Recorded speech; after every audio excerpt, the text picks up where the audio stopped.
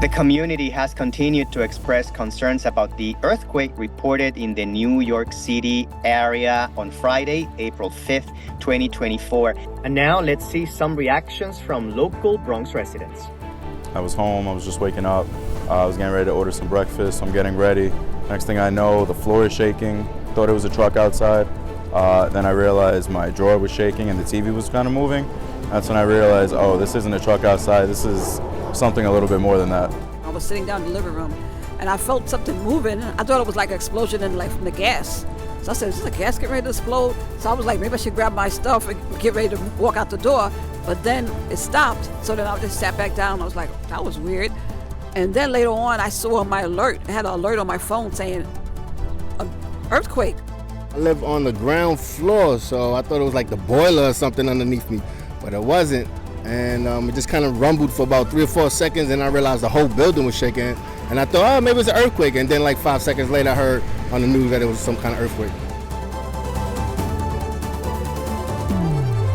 And to answer some of the most common questions, we have teamed up with Professor Yuri Gorokhovich from the Department of Earth, Environmental, and Geospatial Sciences at Lehman College. Hello, Professor.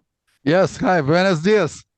Earthquakes or seismic activity, it's common in New York. We just don't feel it, correct? It's not large scale. Absolutely. We have earthquake almost all the time, and you can look at the United States Geological Survey seismograph network. And I did exercise with my students. We downloaded data for Bronx, for Manhattan, and you can see, 2.1, 2.3. So it's a lot of common earthquakes occurring almost like every day, but people don't notice them.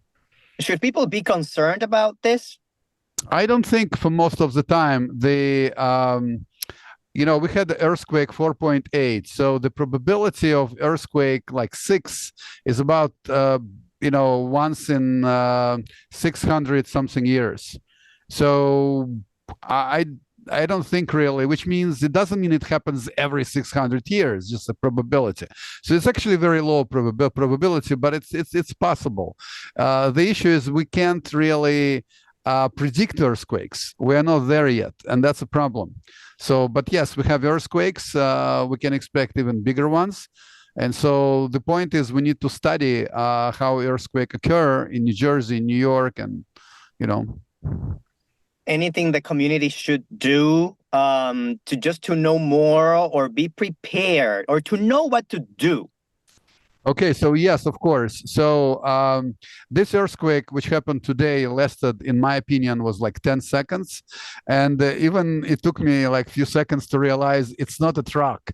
It's not a high-loaded truck. It's not the subway passing by. No, it's not a subway. It's something else. So by the time I realized it was earthquake, it was gone. And I was just sitting by my table. But I guess so it takes several seconds to realize it's not something like a truck or a subway.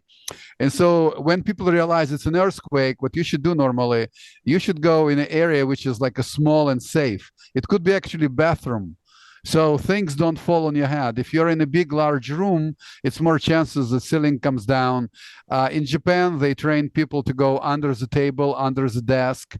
So that's a safe environment. So idea is, even if something is going to collapse, you will have a pocket of the air to breathe, and then people will find you. So that's the idea. I was born and raised in Puerto Rico in an area that it is well known for earthquakes, and that is where we've been having this sequence of earthquakes for a few years now. So I actually grew up doing drills in school, even in elementary school, about these safety measures. Something that I was not aware, because they didn't talk about it in those drills, is the emotional component. People who are elderly, who are sick, and their mobility is compromised. Any recommendations for them and their caretakers, if they have them? Well, again, if they are in a building, so the only way to save yourself is to go under the table if they can. If they can't, you can roll, let's say, wheelchair under the area where, let's say, you have a door. So you should stand under that door. You have opened the door and stayed right in that door sill. So because you have a like a wooden piece usually, which is strong enough to protect you from debris. Thank you, Professor, for this very vital information. At the time of this conversation, this situation is still evolving and developing. Some people say there has been an aftershock. It hasn't been confirmed exactly, but people should remain definitely vigilant and alert and just take action and being proactive. Yes, of course. The thing is that 4.8 is not strong earthquake. You can't expect many damages. So aftershocks are most dangerous when you have a big earthquakes, and this earthquake does not completely ruin the building. So it develops cracks. Like during main shock, you have a cracks, but you don't really see them. And then aftershock came, and that's where danger is, because it might pass some time. So people run away, then they want to return back, and then aftershock occurs and the building collapses.